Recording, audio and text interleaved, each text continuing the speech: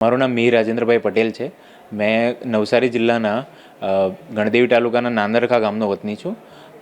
મેં graduation bachelor of engineering information technology field સાથે Vishwakarma government engineering માંથી કર્યું છે અને ત્યારબાદ એટલે 2020થી હું યુપીએસસી સિવિલ સેવાની તૈયારી કરું છું. બાળપણથી જ મારા પિતાજીએ મને એક ન્યૂઝપેપર રીડિંગની હેબિટ જે છે એ પાડી હતી અને એમનું પણ એક સપનું હતું કે હું કોઈ સારા મોટા સરકારી અધિકારી બનું. આ ઉપરાંત મેં જ્યારે ન્યૂઝપેપરને વાંચતો અને જ્યારે મને કોઈ કલેક્ટરની સ્ટોરીઝ કે જે એસપીની સ્ટોરીઝ ને એ બધું મને ઇન્સ્પાયર કરતી, તો એનાથી હું પ્રેરિત થઈને હું સિવિલ સેવા તરફ મારો ઝુકાવ ગયો.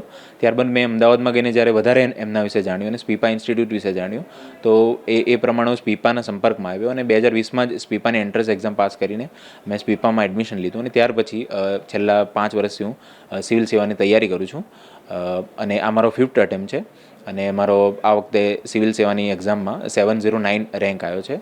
આ તૈયારીની વાત કરીએ તો તૈયારીમાં જે તમારામાં કઈ ક્વોલિટીઝ હોવી જોઈએ, તો ખાસ કરીને એક તો તમારામાં ડિસિપ્લિન હોવું જોઈએ, અનુશાસન, જે તમારા ડે ટુ ડે જે તમારા ગોલ્સ છે એને અચીવ કરવા માટે.